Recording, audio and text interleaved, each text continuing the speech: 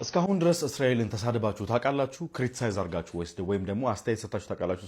ስለ እስራኤል ጉዳይ መጥፎ አስተያየት መልሳችሁ አዎ ከሆነ ከዚህ በኋላ አሜሪካ እንደማትገቡ ልንገራችሁ። የአሜሪካው ሴክሬታሪ ኦፍ ስቴት ማርኮ ሩቢዮ በዛሬ ቪዲዮቸው በተናገሩት መሰረት እስካሁን ድረስ እስራኤልን ክሪቲሳይዝ ካደረጋችሁ ወይ ደግሞ ስለ እስራኤል መጥፎ አስተያየት ሰጣችሁ ከነበረ ወደ አሜሪካ መግባት እንደማትችሉ ተናግረዋል። ብዙ ሰዎች እንደሚናገሩት ከሆነ እስራኤል የምትኖረው አሜሪካ ስላለች ነው፣ ደግሞ አሜሪካ ባትኖር እስራኤል አትኖርም የሚል አስተሳሰብ አላቸው። እኔ ግን ቫይስ ቨርሳ ነው ብዬ ነው የማምነው። ለምን መሰላችሁ? በአሁኑ ሰዓት ላይ አብዛኛው ኤሊት የሚባሉት አሜሪካ ውስጥ የሚኖሩ አሜሪካ ውስጥ የሚሰሩ የአሜሪካ ቢሊዮነሮች በሏቸው፣ የአሜሪካ የመንግስት ተቋም ውስጥ የሚሰሩ ሰዎች በሏቸው፣ የአሜሪካ ሚኒስትሮች በሏቸው፣ ደግሞ የአሜሪካ ብቻ ቶፕ ኦፊሻል የሚገኙ ሰዎች የእስራኤል ሎቢስት ናቸው፣ ወይም ደግሞ እስራኤላዊ ናቸው ወይ የእስራኤል ሎቢስት ናቸው። ከዚህ ቀደም በዚህ ጉዳይ ላይ ቪዲዮ ሰርችላችሁ ነበረ። የትኛው ነው ትክክል? እስራኤል ከሌለች ነው አሜሪካ የሌለችው ወይስ አሜሪካ ከሌለች ነው እስራኤል የሌለችው የሚለው ነገር ማለት ነው። እኔ የማስበው እስራኤል ከሌለች አሜሪካ የሌለች የሚለው ነገር ነው። ቴክኒክሊ እስራኤል ነች አሜሪካ የምትቆጣጠራት። ስለዚህ አሁን ላይ እስራኤል የለች የሚባለው ነገር ከሆነ ወይ ደግሞ እስራኤል ጠፋች የሚባለው ነገር ከሆነ መጀመሪያ የሚያሰጋት